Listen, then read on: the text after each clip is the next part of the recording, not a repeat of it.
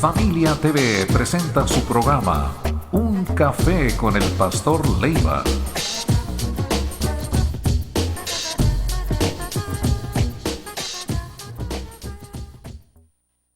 Estamos de nuevo, ¿verdad? A ver, habla. Estamos de nuevo y estamos en un momento muy especial. Muy bonito. ¿Verdad? Hoy vamos a tener un testimonio, pero precioso, que a mí me sorprendió, ¿verdad? Que si yo no sabía esto, a esta hermanita yo la conozco, nosotros la estimamos, la queremos y la verdad la vez pasada escuché el testimonio de su esposo. Y llegué a quererlo más al hermano al escuchar su testimonio y ahora queremos más a nuestra hermana al contar también, al escuchar. ¿Verdad? Más bien yo no lo escuché, ella no me lo dijo, me pasó un libro donde está su historia, ¿no? Sí, y es un libro que no debiera faltar en ninguna casa, ¿verdad que sí? Claro que sí. Bueno, primeramente, ¿verdad? Como cada semana estamos agradecidos al Señor, ¿verdad? Por habernos abierto las puertas, por darnos la salud, por la fortaleza para estar aquí con todos ustedes, ¿verdad? Amén. Y gracias por permitirnos entrar a tu hogar. Y sí, ¿verdad? Estamos hablando de un testimonio que va a impactar, ¿verdad? Muchas personas, así como nos impactó a nosotros. Mi esposo lo estaba leyendo, el libro ese, tuvo un rato, ¿verdad? Bueno, no todo el día, ¿verdad? Estuviste pegado, ahí dice que entre más lo leía, más quería saber. Y cada vez que salía de platicarme un poquito decía, es tremendo esto. Y dije, bueno, qué bueno, ahora voy a, no lo he leído yo, ¿verdad? Pero primeramente el Señor voy a tener el privilegio de leerlo. De escucharlo de primera mano. Amén, amén. ¿Qué tal si comenzamos de una vez, no? Le voy a decir, hermanita, que leyendo su libro, y lo voy a decir delante de todos, algunas veces lloré, la verdad. Es impresionante. Díganos, ¿cómo fue la vida de Lorena Gamboa antes del divorcio de sus padres? Bueno, buenas noches a todos. Es un privilegio para mí estar en este lugar. Quisiera darle las gracias a los pastores Leiva por darme esta oportunidad de estar aquí. Y quiero confesarles algo, es la primera vez que públicamente cuento todo mi testimonio, que me van a hacer preguntas acerca de cómo fue mi vida antes de conocer al Señor. Bueno, mi vida antes de que mis padres se divorciaran estaba bien porque todavía los tenía juntos, pero las peleas en casa eran tan fuertes que un niño chiquito de 5 o 4 años que escucha esas peleas es afectado emocionalmente. Y yo recuerdo que cuando mis padres se peleaban y eran unas agresiones terribles de mi papá hacia mi mamá, mi hermano y yo en ese entonces que teníamos 5 y 6 años, pues nos escondíamos literalmente en las gradas de la casa o en los closets de la casa. Por temor a que mi papá también pues, nos castigara, nos sentíamos culpables, pensábamos que las peleas que ellos tenían eran por culpa de nosotros y yo creo que muchos niños pueden estarse sintiendo así como me sentía yo y eso pues marcó mi vida en esa etapa chiquita, una niña muy temerosa, no confiaba en nadie, no hablaba con nadie. Era una muchachita muy introvertida, no confiaba en mí misma. Eso es lo que sucede cuando un niño está lleno de temor. Así es, ¿verdad? Sí, eso sucede mucho, ¿verdad? Que van perdiendo su estima propia, su confianza y todo, ¿no? Claro. Se vuelve temeroso, muchacho. Exactamente. Sí, por el miedo, ¿verdad? Y realmente, como dice la hermanita, ¿verdad? De que ellos creen, ¿verdad? Que es algo por qué ellos hicieron o dijeron algo, entonces todos esos problemas. La hermana cuenta en el libro, dice que ella se sentía como que a lo mejor ella tenía la culpa. Exacto, exacto. Aunque no haya razón, no haya habido niños, razón. Son niños. Y eso pasa con los niños en tu casa también. Sí. Así es. Hermanita, ¿qué enfermedades la acompañaron desde muy temprano de su vida? Díganos cómo le afectaron estas enfermedades. Sí, yo nací con 2 enfermedades. Una es la talasemia, es una enfermedad en la sangre, que es como una leucemia, pero es a largo plazo. Talasemia alfa menor era lo que yo tenía, y tenía epilepsia. También por un accidente, porque yo practicaba gimnasia y en uno de esas prácticas me golpeé la cadera, entonces la pierna derecha, como que la cadera, algo sucedió ahí, se dislocó o algo, entonces yo cojeaba porque mi pierna como que se acortó. Ahora, mis papás y mi familia no sabían que yo tenía estas enfermedades, entonces yo sufría de desmayos y siempre pensaban que era porque se me bajaba la presión o porque se me bajaba el azúcar, y muchos llegaban a creer que era porque yo, por llamar la atención, yo me desmayaba o perdí el conocimiento delante de mis compañeritos de clase, hasta que a los 17 años fue cuando me descubrieron ambas enfermedades, cuando me hicieron todos los exámenes y se dieron cuenta que por 17 años nunca tuve tratamiento y yo iba de mal en peor. Así que eso te afecta tu estado no solamente emocional, sino que no puedes rendir, no rindes en la escuela, no rindes socialmente, no rindes a nivel familiar. Entonces, yo siempre aconsejo a los papás, un niño no se inventa las cosas y hay que prestar un poquito de atención, vaya donde el médico, haga todos los exámenes pertinentes y si el médico dice que todo está bien, pues entonces vamos a otras áreas, pero hay que descartar primero lo que es físico para que ese niño no viva atormentado. Yo vivía atormentada porque pensaba que yo todo me lo imaginaba y no, y eran enfermedades muy, muy reales.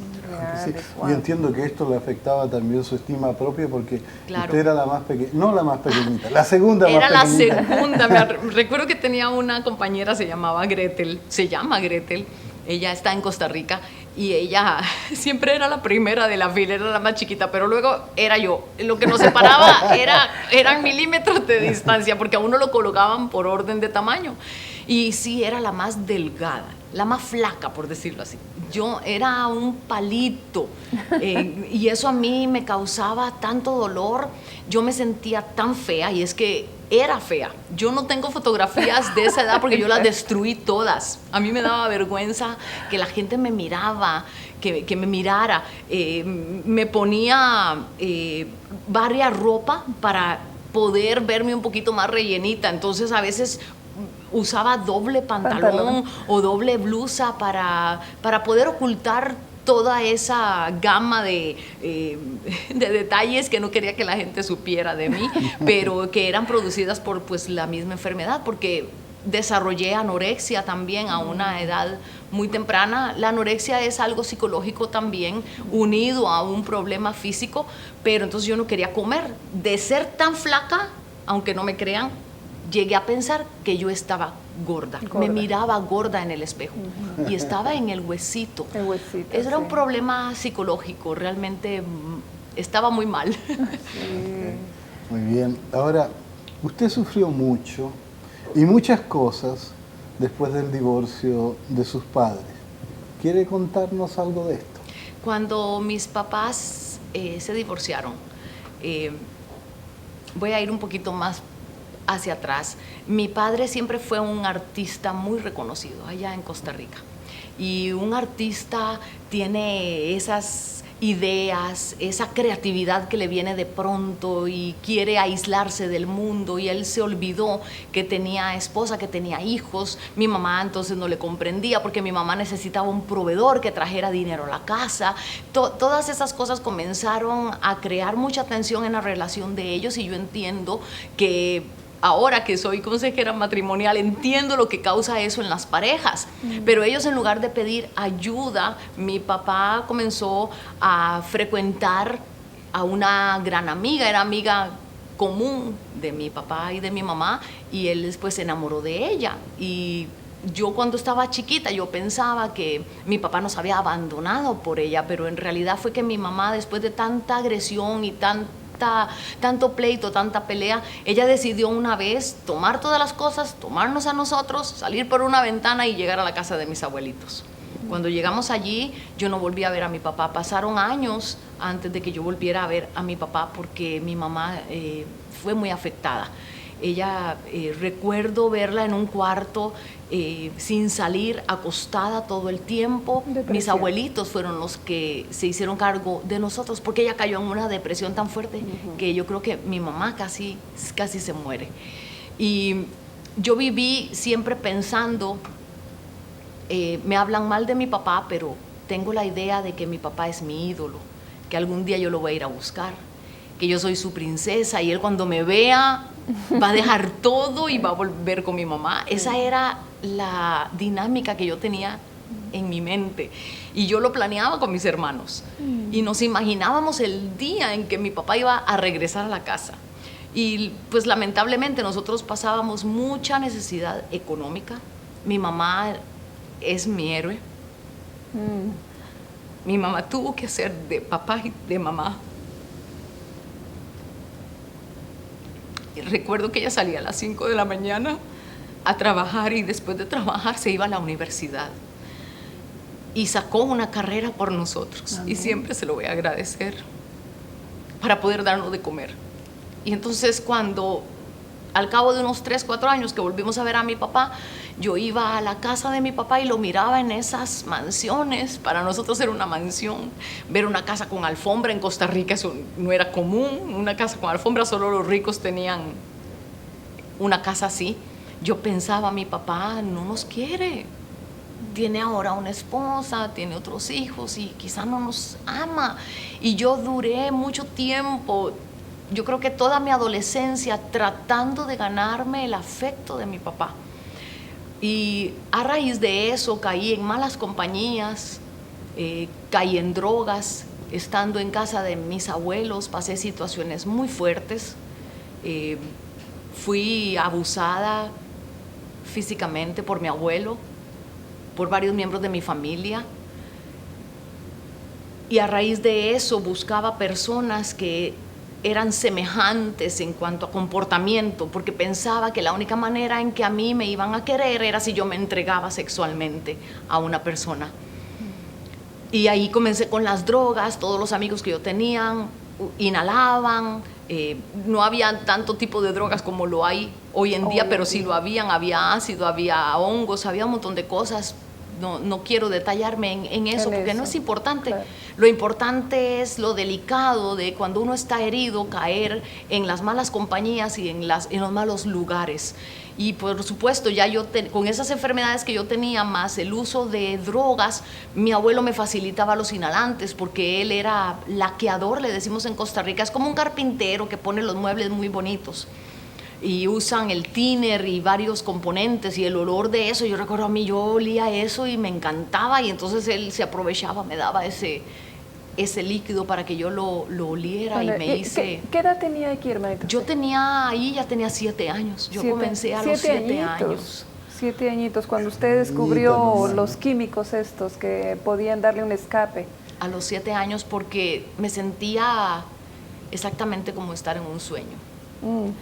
Y varios de mis amistades que notaron un cambio en mí y me decían, Lorena, lo que estás haciendo, sea lo que sea que estás haciendo, te estás dañando con eso. Pero pues como yo me sentía bien emocionalmente, no físicamente, pero emocionalmente me sentía bien, yo lo continuaba haciendo. Es que dentro de usted habían heridas muy fuertes, ¿no? Claro. Y usted buscaba escapar de eso, ¿cierto? Claro que sí. En mi casa... la mitad de mi familia no era religiosa para nada. Mi abuelo era comunista, él era ateo, la única religiosa era mi abuelita materna, pero de esas religiosas católicas, pero de santos, de ir a arrodillarse delante de ídolos, pero era la única. Todos los demás eran comunistas y de parte de mi papá eran hechiceros. Yo junto con mi abuelita, la mamá de mi papá, hoy yo leía las cartas, leía la mano, hacíamos cosas ocultas y eso a mí me fascinaba. Era otro escape que a mí me daba. Cuando yo tenía oportunidad me iba a casa de mi abuela y me quedaba días con ella aprendiendo. Magias ocultas y cosas de estas. Qué cosa terrible, hermanita. Y ahora dígame una cosa, ¿qué pensaba usted en ese tiempo de los que llamaban los panderetas? Oh, es que lo curioso es que a pesar de que mi familia era como era, me tenían en una escuela católica, pero me habían firmado allí para que yo no llevara religión. Y entonces pues yo hacía mis maldades en ese colegio a todas las monjitas que estaban allí. Yo no asistía a las misas y si asistía me burlaba, pero tenía un par de compañeras en ese entonces, Ana Ruth y Roxana, que están allá en Costa Rica. Ellas se hicieron panderetas. Les decíamos así a las personas que eran protestantes, cristianos, porque siempre que un católico se convertía al cristianismo andaba una pandereta debajo del brazo y se oía la pandereta hasta la esquina de nuestras casas en los servicios, en los cultos. Por eso les decíamos pandereta. Entonces yo decía, uy, qué ignorantes que son.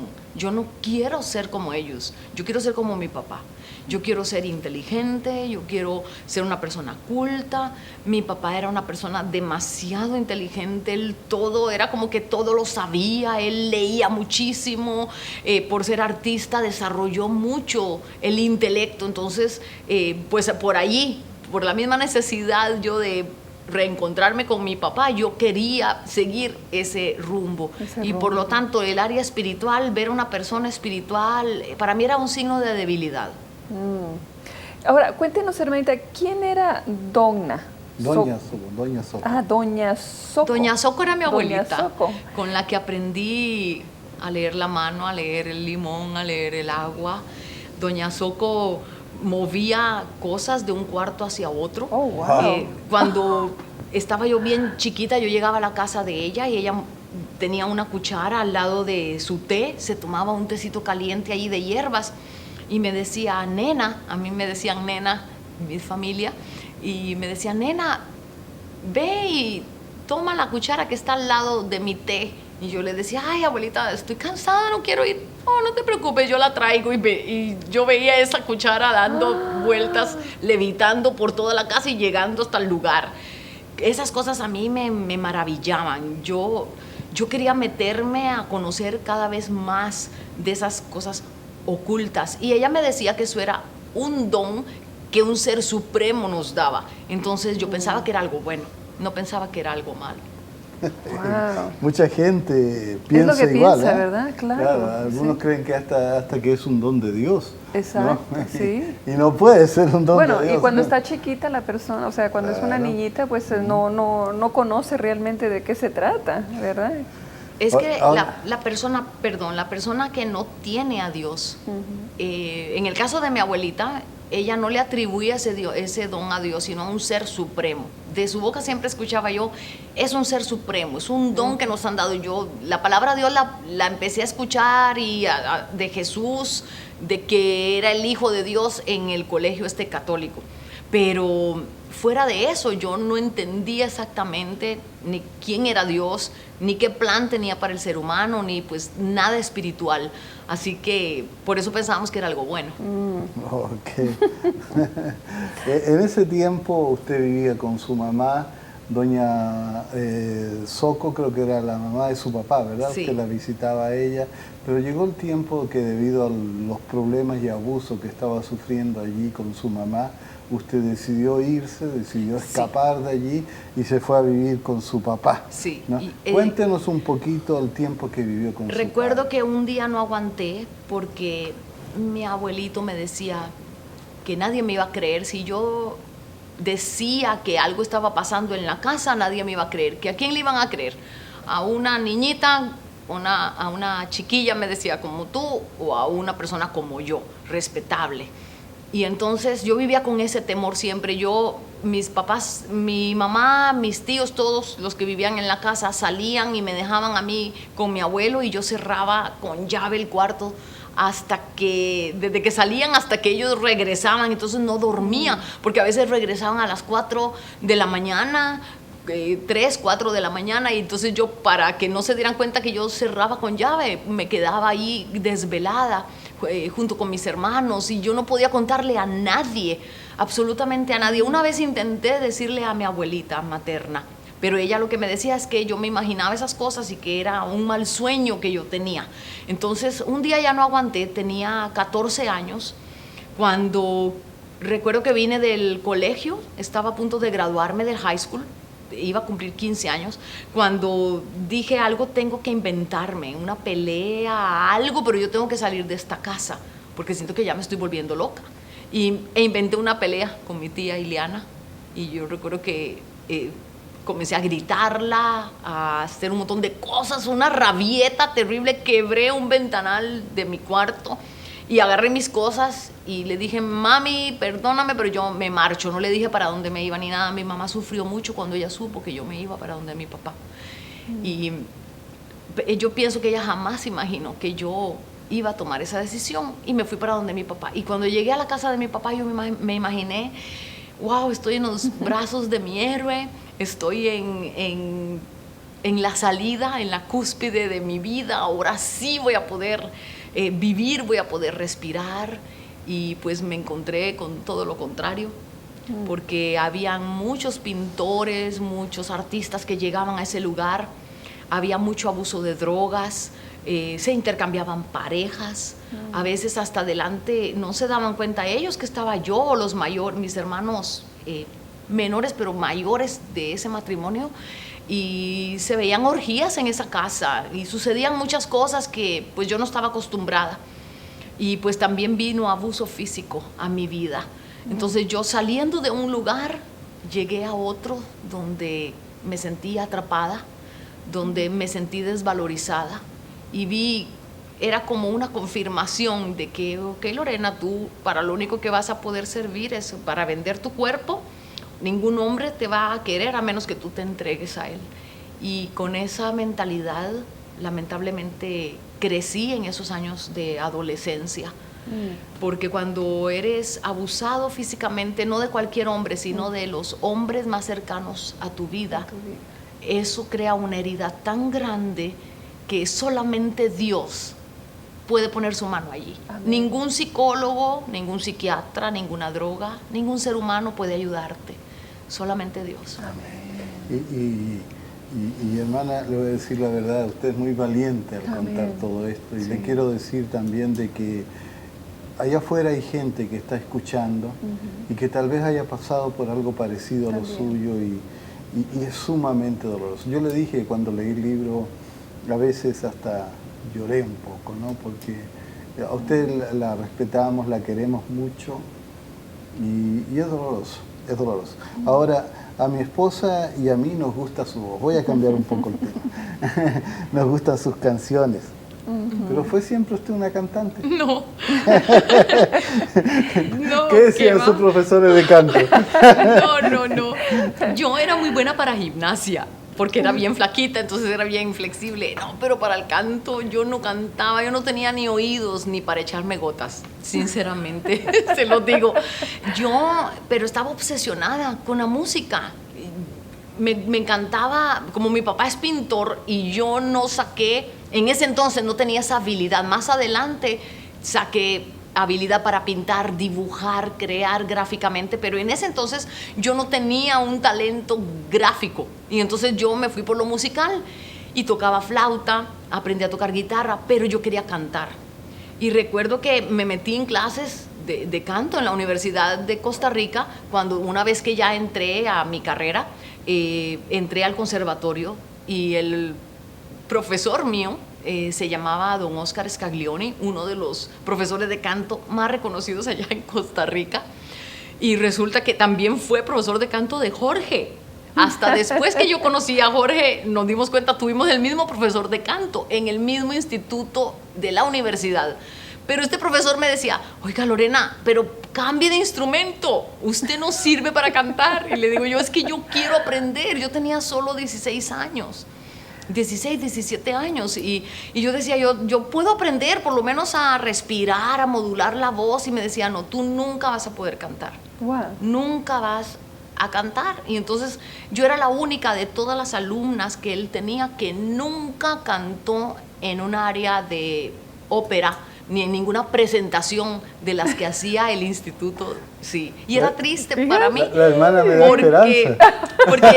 Pero hermano, era triste porque yo me aprendía todas las áreas. Yo recuerdo que la primera área que me aprendí fue el Ave María.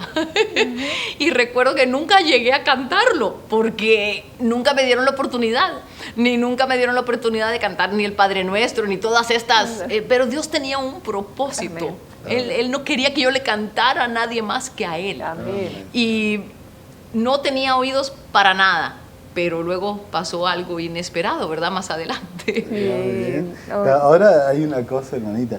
Cuando leí esa parte de esa historia dije, bueno, yo tengo esperanza entonces. Yo no sé si a usted le pasaba lo mismo. Yo canto y hasta me aplaudo. Digo, qué bonito que canta. Pero todos los demás dicen que canto mal. Sí, me parece que una vez te preguntaron, ¿verdad? Que si querías cantar. No, me dijeron que acaso me gustaba cantar. Ah, que claro. sí que... Ajá. Yo le dije que sí. Ajá. Me dijeron, ¿y por qué no aprendes? Y es que lo curioso es que en mi caso, en mi familia me decían, no, si usted canta lindo, sacó la voz de su abuelita Socorro, porque ella era tenía una voz bien gruesa y bien fuerte. Pero entonces mi familia, yo decía, mi familia me tiene engañada, porque mi profesor de canto me dice que yo no canto nada, y como mis familiares me dicen que yo sí canto, ¿cómo estamos? Hay que ser sinceros. Usted pasó una experiencia devastadora que la llevó a desear suicidarse. Pero el camino a la casa, había una casita de ladrillo blanca y usted entró ahí. Cuéntenos qué pasó. Estaba en la universidad. Me faltaban 2 años para graduarme de la carrera que escogí. ¿Será que lo terminamos esto? Sí, ¿verdad? Vamos a un comercial y ahorita regresamos. Pero está muy bueno, por favor no se vayan, porque esto es lo más bonito de todo, ¿no? ¿Verdad? Es la guinda del pastel. Sí, y ahorita regresamos, no te vayas.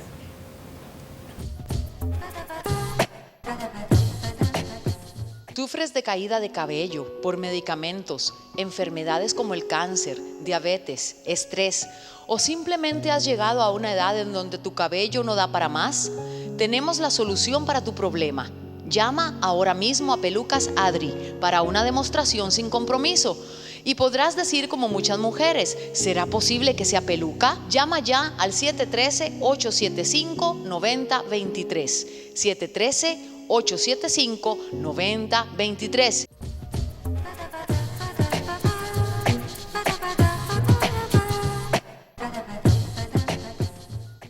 Estamos de regreso aquí con la hermanita Gamboa, ¿verdad? Y con una pregunta muy interesante que nos dejó, ¿verdad? Estábamos hablando de que ella había tenido una experiencia muy fuerte, terrible, ¿verdad? muy fuerte, sí, que sí. la llevó a desear el suicidio. Y ella en el camino a su casa entró a una casita de ladrillo y ahí quedó. A ver, cuéntenos, hermanita, ¿qué pasó? Estaba ahí en la universidad y venía saliendo de una de las clases y sufrí un ataque epiléptico en el puro centro. Para los que son costarricenses y conocen la Universidad de Costa Rica, conocen el Pretil, que es el lugar donde se reúnen todos los estudiantes. Allí me dio un ataque de epilepsia y cuando yo me levanté estaba toda orinada, con vómito, porque había perdido totalmente el sentido. Y en ese entonces no era como ahora, que uno le llama al 911, llega la ambulancia, te atienden. Ahí nadie me ayudó, absolutamente nadie me ayudó.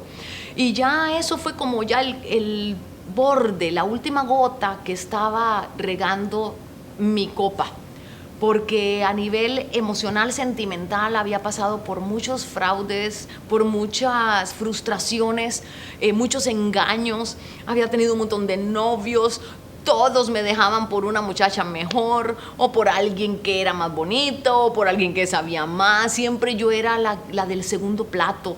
Y en esa época estaba pasando problemas bien fuertes en mi casa, con drogas, abusos, todo eso se me vino a mí encima. Y con este episodio epiléptico, yo tomé una decisión. Y yo dije, yo necesito acabar con mi vida. Siempre había creído que después de la muerte no se acababan las cosas. Siempre había creído yo en lo espiritual, había tenido maestros espirituales que no eran más que demonios. Luego que conocí del Señor me di cuenta de eso, pero yo pensaba que eran seres supremos que te estaban ayudando.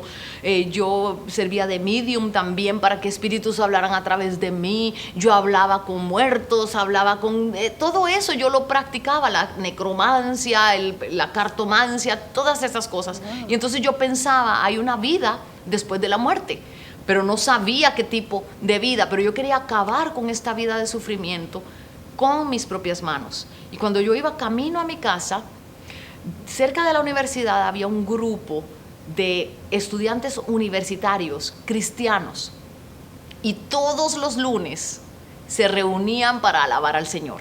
Y yo recuerdo que yo iba, así como iba de sucia y de todo, iba directo para la parada de autobuses para, según yo llegar a mi casa, hacerme un cóctel con todas las medicinas que ya en ese entonces tomaba, y para ya quedar dormida, hacerme un coctelito y morirme. Pero cuando pasé por enfrente de esa casa, las alabanzas que ellos estaban entonando crearon en mí algo como una atracción. Fue un imán, yo no lo puedo explicar.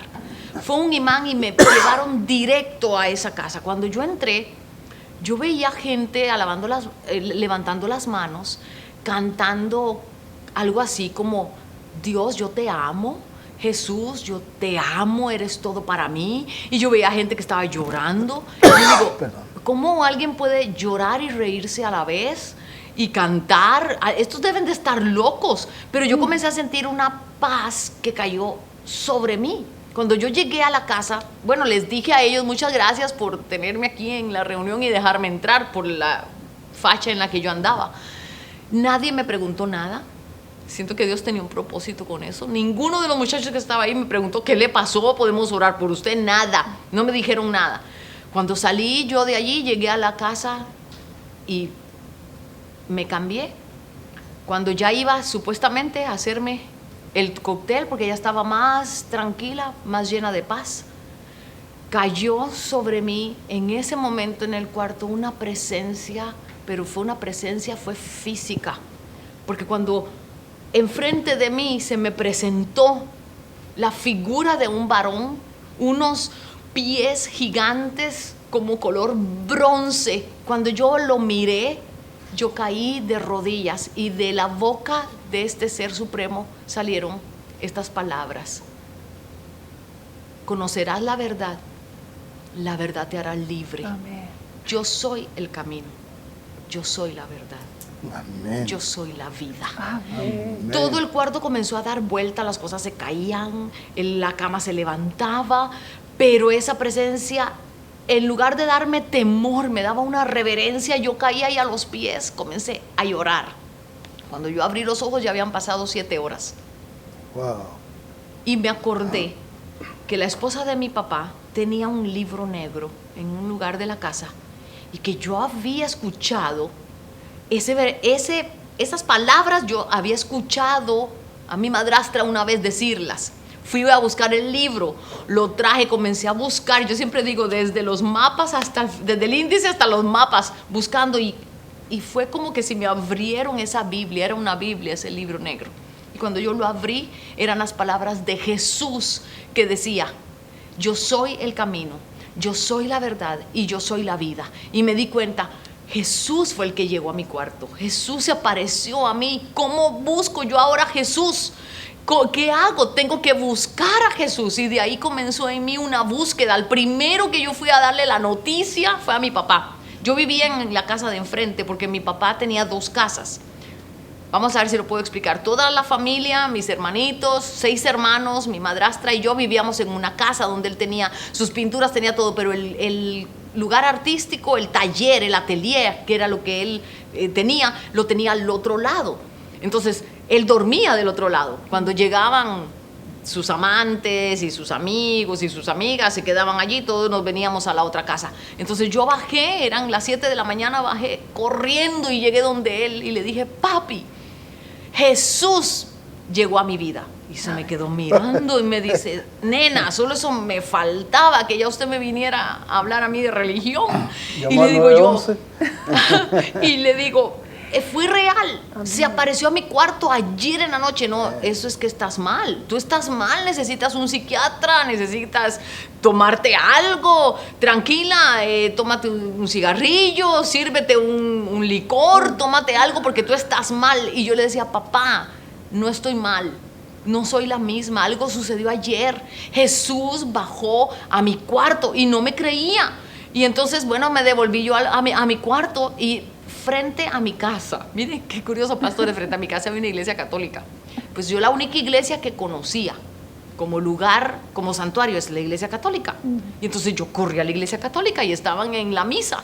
Cuando yo entré, yo llegué con ese deseo de conocer más de Dios. Eso fue horas apenas después de haber tenido esa experiencia. El sacerdote está dando la misa, está leyendo unos versículos que para mí fueron como agua que cayeron a mi corazón, pero toda la gente estaba allí bien dormida. Y yo decía, ¿cómo no se animan? ¿Cómo no reaccionan ante eso que está leyendo ese señor allá adelante? Y entonces yo llegué donde el sacerdote y le dije, mire, tuve esta experiencia ayer, y él se me quedó mirando. Y me dice, muchacha, usted, yo le voy a dar una recomendación psicológica, usted necesita ver un psiquiatra. Lo mismo que me dijo mi papá, me lo dijo el sacerdote. Y ahí comenzó una búsqueda. Y entonces al próximo día yo regresé al lugar donde los muchachos estaban cantando. Y estando allí en ese lugar fue donde comencé a aprender los cantos de alabanza que ellos tenían. Y comencé a ir a misa en las mañanas y a una iglesia evangélica en las tardes, porque yo solo quería buscar de Dios. Yo quería buscar a Dios y quería respuestas. Amén, amén. Entonces ocurrió lo que usted llama una metamorfosis. Totalmente. ¿No? Después de haber sido una especie de gusano que se arrastraba, se transforma en una mariposa. Amén.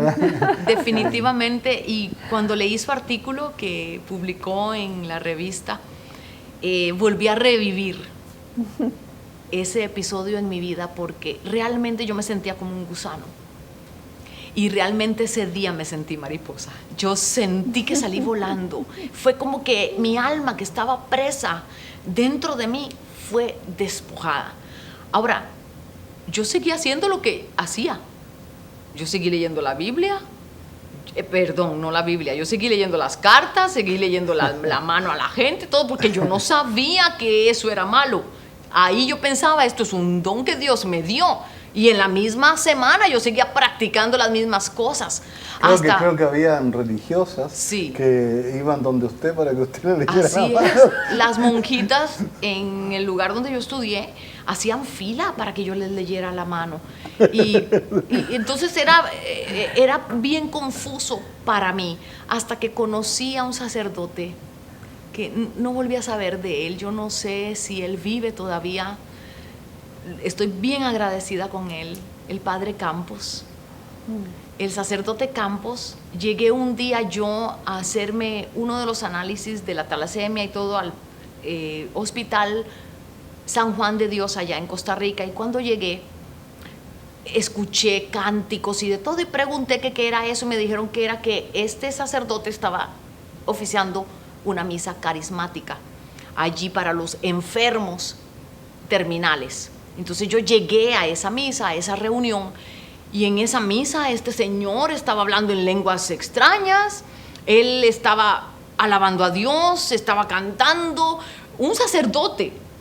Y en esa misa, gente sanándose, gente poniéndose de pie. Y entonces yo llegué donde él y le dije, mire, ¿puedo hablar con usted? Tuve esta experiencia, y fue el único que me creyó.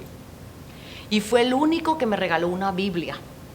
Y que me dijo, tú tienes un llamado de parte de Dios. Y si quieres, podemos estudiar la Biblia. Yo llegaba a la parroquia, habían varias monjitas allí, y con él aprendí los primeros versículos de la Biblia, hasta que un día me dijo, Lorena, ya yo no puedo, no sé, tienes muchas preguntas y yo no tengo respuestas. ¿Sabes qué? Busca una iglesia llena del Espíritu de Dios y vete a esa iglesia, congrégate a esa iglesia, yo te doy permiso. Estás libre de irte en el nombre del Padre, del Hijo y del Espíritu Santo. Yo creo que yo fui la única católica que salí bendecida por un sacerdote a buscar una iglesia evangélica porque ya él no tenía respuestas. Pero yo le doy muchas gracias a Dios que lo puso a él en mi camino, porque fue el que me dio las primeras respuestas a mi vida. Así que yo por eso amo mucho a mis amigos católicos, a mis amigos carismáticos que me están mirando en este momento. La religión no te va a salvar, no te puede salvar, ni te salvan los ídolos.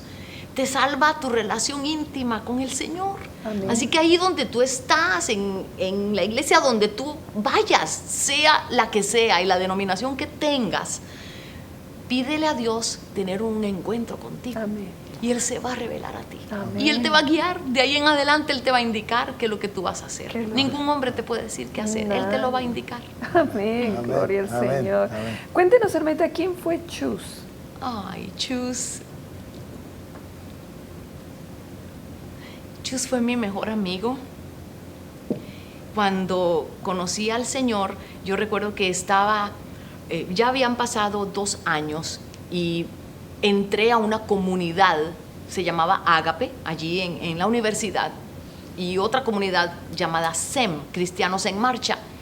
Y como yo vivía muy lejos de la universidad y yo no tenía dinero para ir a la casa a comer y quedarme allí, yo pasaba sin comer desde las 7 de la mañana hasta las 10 de la noche, hasta que llegaba a tomarme una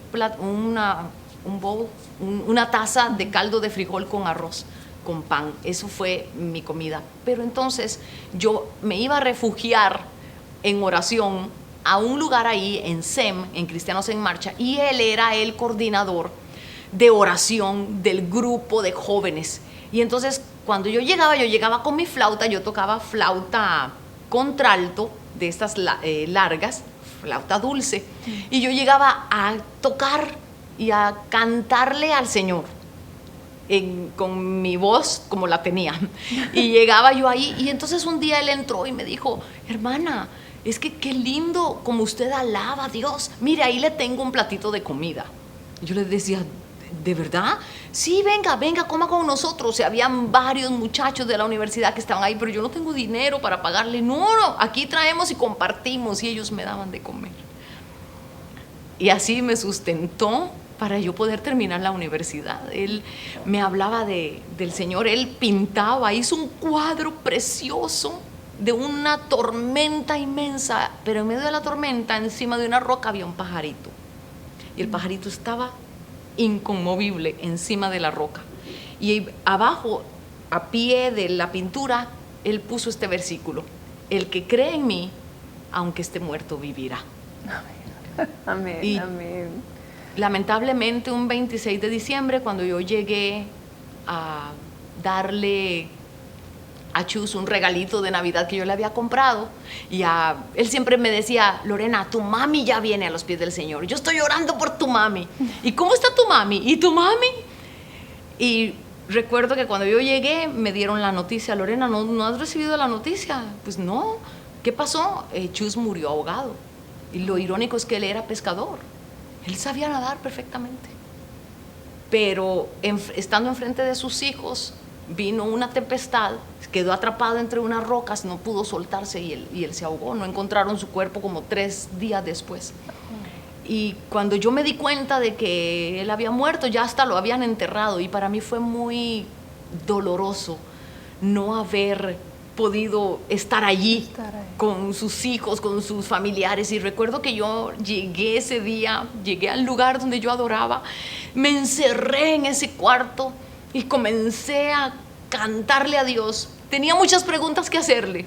Yo quería que me pusieran un ring para tener una pelea con Dios, pero no podía. Y comencé a cantar y comencé a darle gracias, y escribí un canto. Y el canto dice: escucha, Señor, yo te doy las gracias. Mira, Señor, yo me rindo a ti. Me llenaré de alegría por tu causa, mi Señor, mi Salvador. Porque tú eres mi fortaleza. Haces mis pies como de ciervas, y en las alturas me haces andar. Y luego comencé a leer la Biblia y descubrí que en Habacuc está ese mismo pasaje. Y ahí nació una canción que más adelante, ya luego yo en un grupo en el que estaba, yo le pedí a Dios que yo quería cantar para Él. Amén, amén. ¿Qué sucedió cuando él oró por su salud, hermanita? Él oró por mí y el Señor me sanó de la epilepsia. ¿Cómo? Y wow. Fue cuando llegué yo a los pies de Dios, del Señor, yo nunca le pedí a Él que me sanara. Yo estaba más que agradecida con que Él me había perdonado, que me había sacado de todo ese mundo feo en el que yo vivía, que yo no quería pedirle nada, pero Dios le usó a él y a otro hermano de la congregación para que el Señor me liberara de la epilepsia. Y luego más adelante, estando en alabanza y adoración en un instituto bíblico, el Señor me sanó de la talasemia. Y luego otro hermano en un instituto bíblico al que yo asistía, a Cristo para las Naciones en Costa Rica, en Cristo al Mundo, oró por mí y mi pierna enfrente de todo el mundo, literalmente se oían como cáscaras de huevo y como que estaban jalándome la pierna y se puso al nivel de la otra. Él ni siquiera me tocó, ni hizo una oración extraña. Todo lo que dijo fue: pierna derecha, ponte del tamaño de la izquierda. En el nombre de Jesús yo te lo ordeno. Eso fue todo lo que dijo. Pero se toma fe para poder creer. Y tomaron 20 minutos después de esa oración y yo no me moví de donde yo estaba. Porque yo dije, yo creo. Yo le creo a Dios. Si Él ha hecho otras cosas en mi vida, Él lo va a hacer. Si Dios te da una palabra, si Dios te ha dicho que Él te va a sanar, Él quiere sanarte. Quédate en ese lugar, posiciónate y deja que el motor de la fe comience a encenderse, porque el motor de la fe es lo que mueve a Dios. Lo que agrada a Dios es la fe. Nadie puede acercarse a Él sin fe. Tú te acercas al Señor con fe y Él puede hacer algo en tu vida. Amén. Definitivamente. Amén. Amén. Ahora, hermanita, cuéntenos, ¿cómo fue que su mamá aceptó al Señor? Una vez, estando en casa de mis abuelitos, porque para ese entonces yo escuché la voz de Dios fuerte. Desde ese entonces yo tengo la particularidad de que yo escucho la voz de Dios audiblemente. Y Él me habló, pero era fuerte: sal de la casa de tu papá, a donde yo te mostraré. Y luego yo iba a la Biblia, lo leía y veía que ahí estaba: sal de la casa de tu padre a la tierra que yo te mostraré. Y Señor, ¿y para dónde me voy a ir? El único lugar que conozco es la casa de mis abuelos, y de ahí yo salí. De ahí salí con dolor, pues un silencio. Y cuando Dios calla, tú no averigües ni empieces a preguntar, tú obedece. Y yo recuerdo que yo dije, bueno, ya yo no soy la misma. Yo voy a volver ahí. Y recuerdo que faltando una cuadra para llegar a mi casa, yo comencé a sentir dentro de mí un amor tan grande. Amén. Amén. Era como que me habían abrigado de un amor que no tiene explicación. Y el primero que me recibió, el que me abrió la puerta, fue mi abuelo. Y recuerdo que cuando yo lo vi a él, lo abracé, me lo comencé a comer a puros besos. Y le dije: abuelito, te amo. Amén. Te perdono. Porque Jesús me perdonó. Amén. Te perdono. Y él comenzó a llorar y llorar y llorar. Le digo yo: vengo de vuelta a la casa, porque Jesús va a estar en este hogar. Amén. Y recuerdo que él lloraba y lloraba. Y mi mamá, donde me vio, ella corrió donde estaba yo, me abrazó. Y estaba mi hermano ahí. Como 2 días después, mi hermano Rodrigo él era bien inquieto. Y aunque estábamos en adolescencia, yo tenía 17, 18 años nada más. Estábamos en la adolescencia, se subía en todo lado. Y no sé cómo se subió a la tapia de atrás del patio. Y en nuestros países ponemos un montón de vasos de vidrios arriba para que los ladrones no entren. Ajá. Dice él que él se subió allí, no sé para qué se subió, pero que la escalera en la que él se subió, dice que literalmente él sintió que se la empujaron. Y lo único que se pudo agarrar fue de los vidrios. Los vidrios le atravesaron toda la mano, se la partieron. Cuando él se bajó de allí, yo estaba conversando con mi abuelita y con una vecina. Cuando viene corriendo, venía con las manitas hacia atrás y venía pálido. Y le digo yo: Rodrigo, ¿qué pasa? Me dice: nena, mira. Y me hizo las manos así. Cuando yo vi ese sangrerío, dije, yo me desmayé.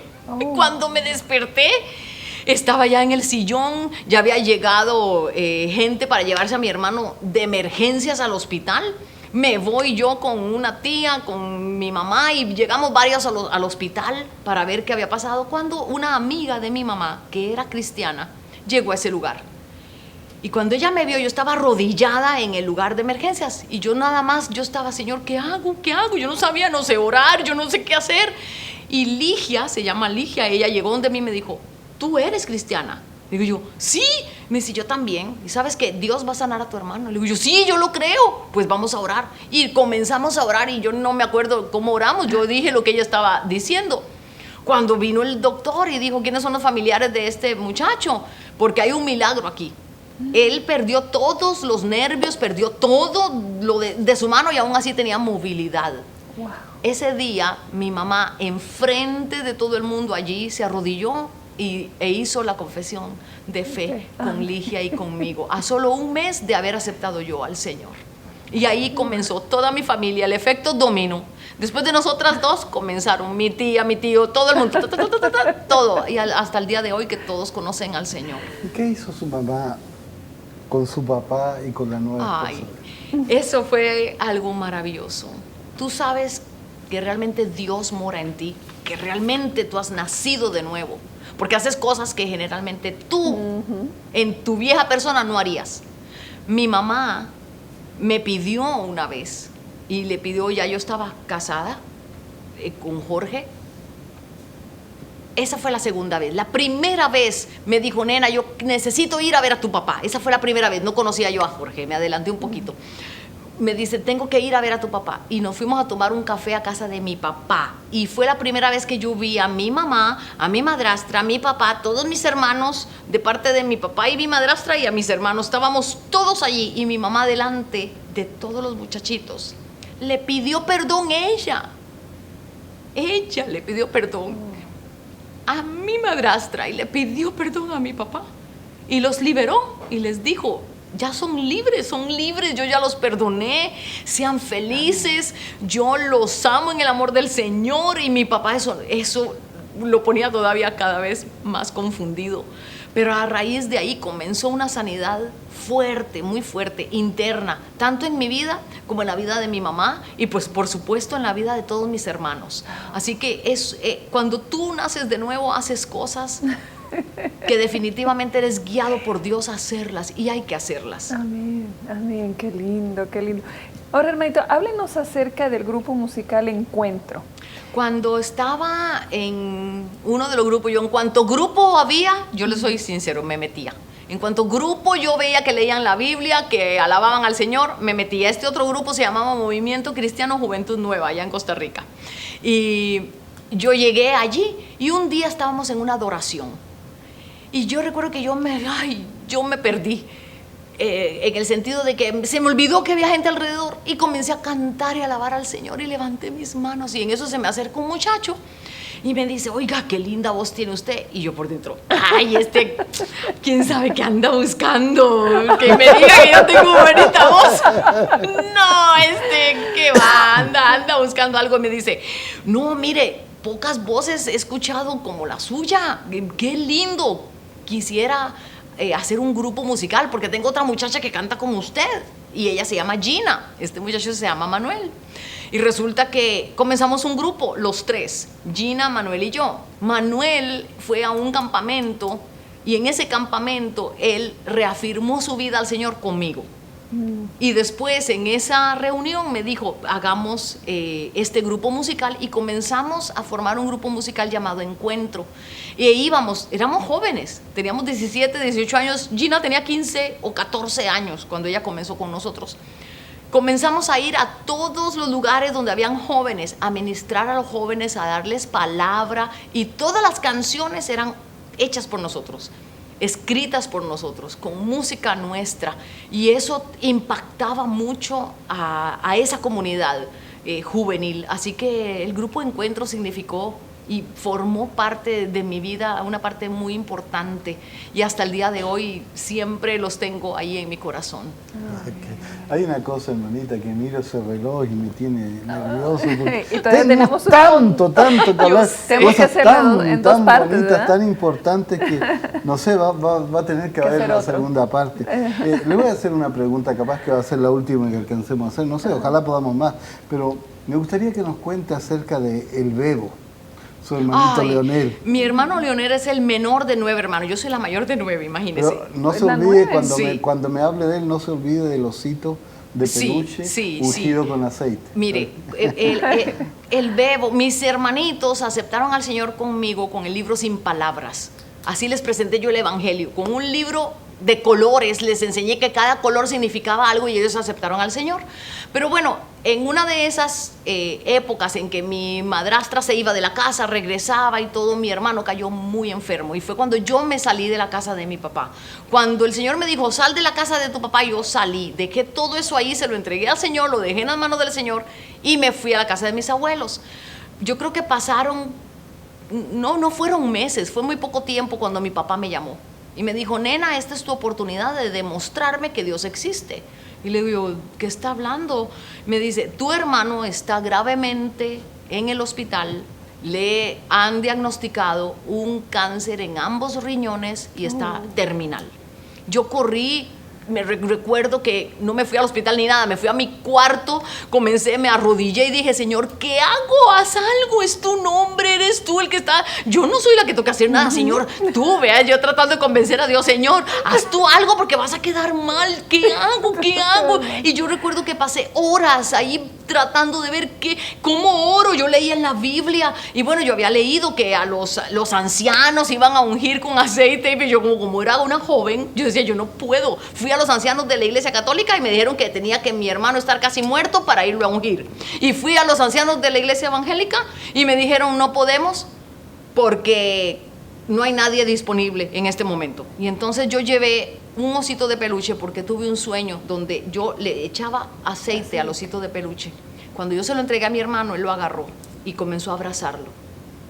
Al día siguiente que a él lo operaron, encontraron todo el cáncer hecho una pelota metido adentro de una bolsa. Lo sacaron todo y debajo venían 2 riñones totalmente nuevos. Dios le dio 2 riñones a mi hermano. Y yo creo que ya se nos fue el tiempo. Qué triste, ¿verdad? Porque hay tanto más, hay cosas preciosas, hermana, y la verdad le digo que ya está terminando, pero yo a la vez Por eso yo escribí ese libro, se llama Por el poder de su presencia.